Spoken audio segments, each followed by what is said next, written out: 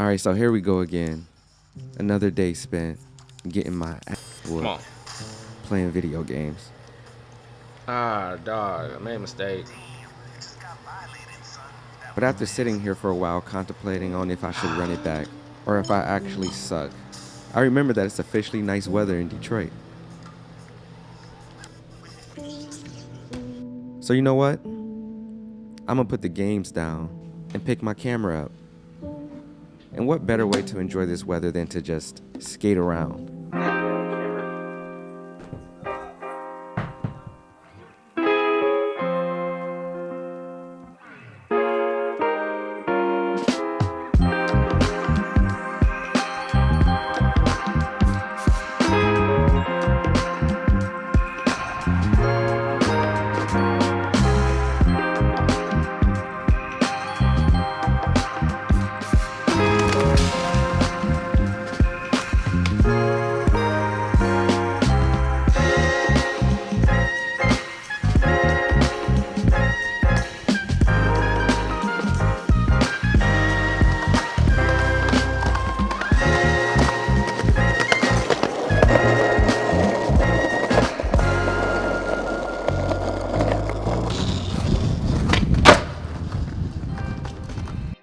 All right, so cool. How's everybody out there doing today? It's of course your boy Volandis. In today's video, we're gonna be talking about the... Happy birthday, homie.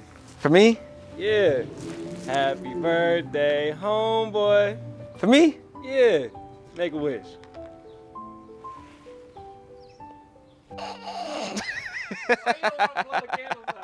Bro, I don't know what to wish for, man. I don't know what to wish for. Yeah, we good.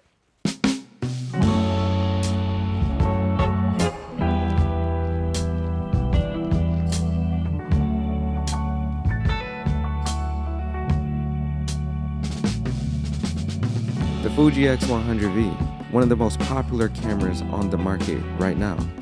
And for good reason. It's a beautiful camera that's lightweight and is packed with all the Fujifilm features. So in today's video, we're going to be talking about why the X100v is so popular. Let's get into it. So if you've been following this channel for a while, you know that I used to have a Fuji X100v, but I lost it in the Dominican Republic a couple years ago. And it always hurts to tell this story, but I basically was taking photos with a bunch of cameras, which is why you shouldn't bring a bunch of cameras with you because it's too hard to keep track of.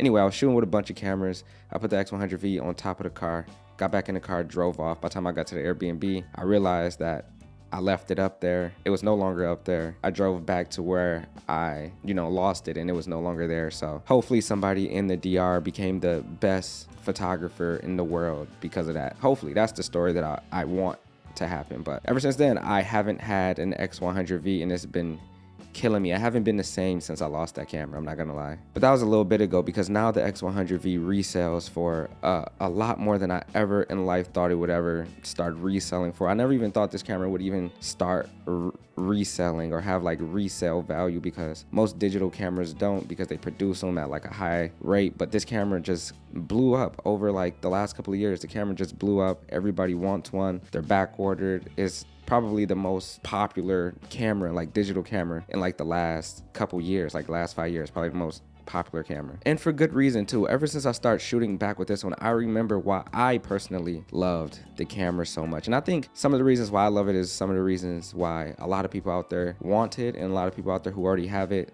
love it as well. Because for one, in terms of like camera ergonomics, this is probably the most perfect size and fitting camera I've ever held in my hand. Like, it's not too small, but it's also not too big. And it's just like the perfect camera to have on you every day without it getting in the way of everyday activities. You can literally have it on you all day without realizing. Like, over the last couple of days since I've been shooting with this camera, I've brought it with me to almost everything that I've been doing because it was my birthday weekend and I was running around and doing a bunch of stuff. So I brought it to everything that I was doing and I didn't really even notice it most of the time. Like a lot of the time I didn't even start taking pictures with it because I kind of just like forgot that I had it on me in the first place, which I personally love because I feel like my camera, especially a camera that I'm taking out to capture moments and just hang out and stuff like that, it should be like an extension of me. It shouldn't be like so big and so in a way that it starts to interfere with everyday life and activities, which this camera just doesn't. I feel like I can just take photos and that's it. Like that's all I need to worry about without worrying about specs or any of the other stuff that I feel like have nothing to do with photography. It also has that like point and shoot feel to it, which point and shoots right now and over the last couple of years have become the most popular cameras to have, and that's what this camera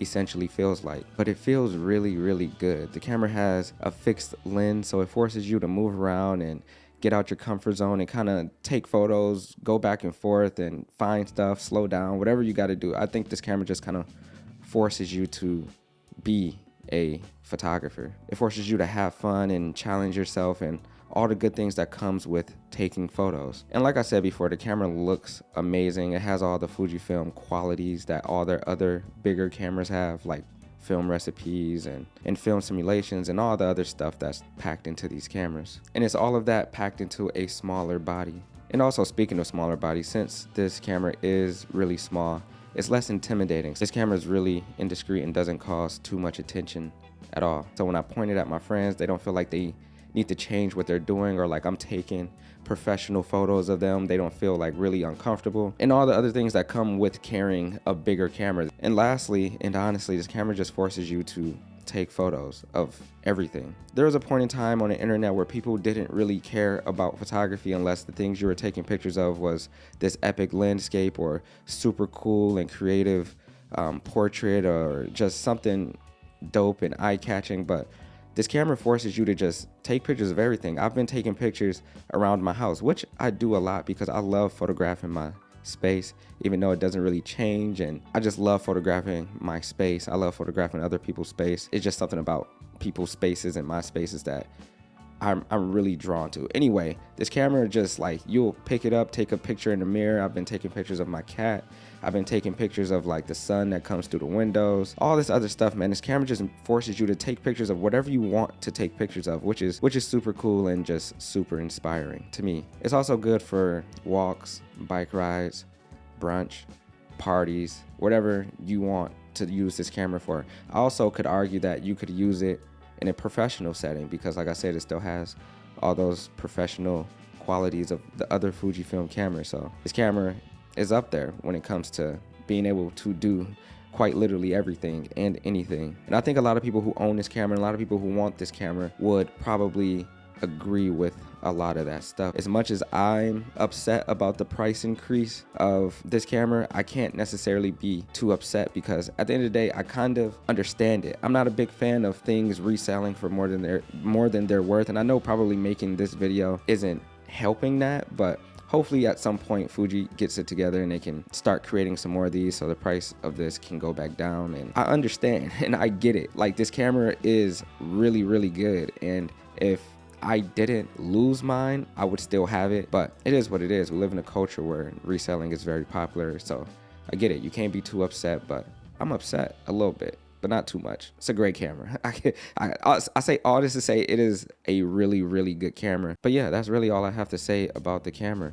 It's good. With that being said, though, I'm gonna wrap this video up. Thank you to everybody who wished me a very happy birthday. I appreciate you guys. I also want to say thank you guys for being nice to me. I really, really appreciate you guys being nice to me. You never really know what people have going on in their lives behind the scenes, like after, like off the internet. So I really do appreciate everybody who is nice to me, seriously. But anyway, yeah, that's gonna wrap this up. Thank you guys for watching the video. It was a fun one to make, fun one to talk about. I hope you guys enjoyed it. If not, I apologize. But with that being said, we're gonna get out of here, man. We're gonna go do some shit, man.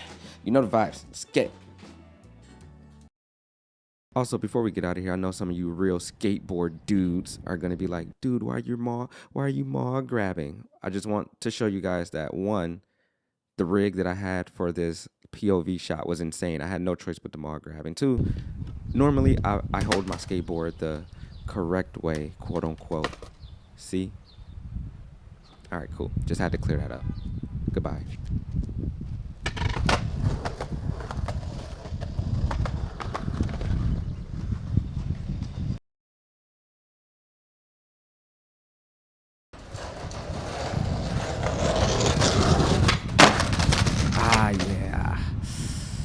Yeah, that hurt. Subscribe to the channel and like the video, please. I'm hurting myself for y'all.